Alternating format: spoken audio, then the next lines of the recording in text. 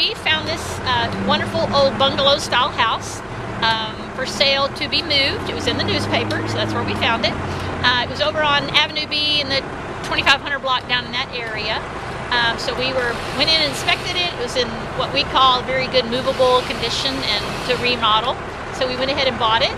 And Mr. King is our mover. They're wonderful people to work with. They do a phenomenal job moving things, as you can tell. So we're gonna drop it in here next to our other house and remodel it to fit the neighborhood. I guess maybe we're creating a new neighborhood here because all these houses had been moved out years ago. So we'll remodel it and divide it into a duplex like this house is to have for rent. So. And what's the timeline to get it finished and ready for rent? Well, that's a good question right now because we're actually finishing up another project that we're working on in downtown Brownwood on the Baker Street and the Brown Street apartment that we're doing down there. So we're hoping to finish that up hopefully within the next 6 weeks, and then we'll get on top of this one. So. Now, this is a duplex and this will be a duplex? Uh-huh. Both duplexes, yes.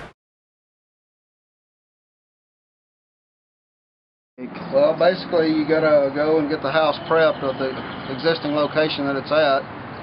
Cut all the plumbing loose, you know, get the underpinning and everything loose from around the outside of it. Get these main house moving rails underneath it. Pick it up. Get your dollies underneath it, your tires. Hook it on the truck, haul it from point A to point B, and then once you get it, you know, at its new location, you set all your foundation stuff underneath of it, get everything level, set the house down, and get all of our equipment out, hook the plumbing back up. Now, how do you get the house lifted up to begin with? You get the stuff under? With these trucks, get the beams underneath the house, and take these big winch trucks and pick it up. I think you described it as pretty simple. It doesn't sound that simple. It's not that simple. There's an art to it. You know, it's kind of a lost art. There's not a lot of house movers around anymore, so.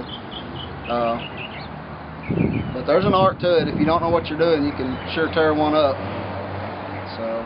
Now, maneuvering it down the street through traffic, that would get pretty complicated, I think. It does at times. You got to get the police out there to help you, and you know, like you guys seen earlier, some wire crews if there's any wire trouble. And a lot of these houses, if they're too tall, sometimes you have to, if you can't get underneath the wires, you got to cut the roof out of them, so many feet out of the roof, and move it. And then once you get it set down, put the roof back on it. Now, how did this move go? It was easy. It was fairly easy. I mean, there wasn't no complications whatsoever. Whenever we get all these tiles set, we'll get everything level, and we come out here with the trucks and we set the house down on top of the pads, and then basically, you know, the weight of the house will go onto the tile, and it'll clear our beams, and we just set our beams down on the ground and pull them out with a backhoe.